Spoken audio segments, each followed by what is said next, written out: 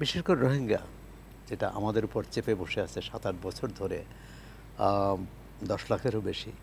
শুধু এই মানুষগুলোকে খাওয়ানো পরানো নয়, বা তাদের জায়গা দেয়া নয়, আমাদের জনপরিসরে এবং কি বলে পরিবেশের উপর যে চাপ তৈরি করেছে, সামাজিক, পরিবেশগত এবং এক ধরনের রাজনৈতিকও।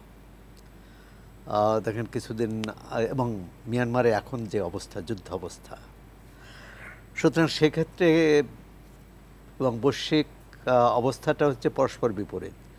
যুক্তরাষ্ট্রের জন্য যেটি অনুকূল, চীনের জন্য সেটি প্রতিকূল। চীনের জন্য যেটি অনুকূল, যুক্তরাষ্ট্রের জন্য প্রতিকূল।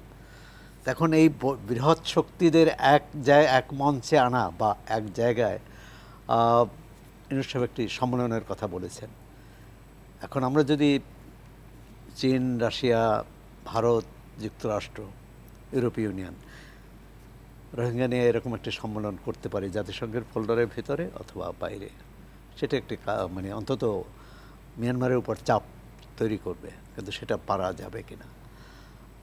এমনি আনুষ্ঠানিক যে বৈঠকে তো ঠিকই যে অন্য রাষ্ট্রপ্রধান বা সরকার প্রধানের চেয়ে মোহাম্মদ ইউনূস অনেক বেশি আগ্রহ তৈরি করেছেন, কৌতূহল তৈরি করেছেন এবং এক ধরনের আকর্ষণও তৈরি করেছেন।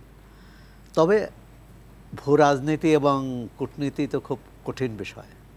আমরা পর্দার সামনে যেটি দেখি, অন্তরালে অন্য কিছু থাকে। সুতরাং আমরা কীভাবে এগোবো, আর যে কথাটি বলছেন যেটি এখন মানে রাজনৈতিক দলগুলো কিন্তু ইতিমধ্যে আওয়াজ তোলা শুরু করেছে যে নির্বাচন কবে, নির্বাচন কবে, তার মানে হচ্ছে রোডম্যাপ দিতে হবে, তার আগে সংস্কারের কাজটা শেষ করতে হবে।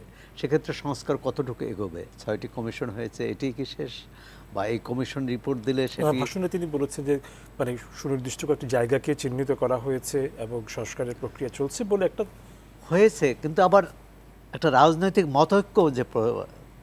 মতৈক্য প্রতিষ্ঠা, সেটা কিন্তু খুব কঠিন।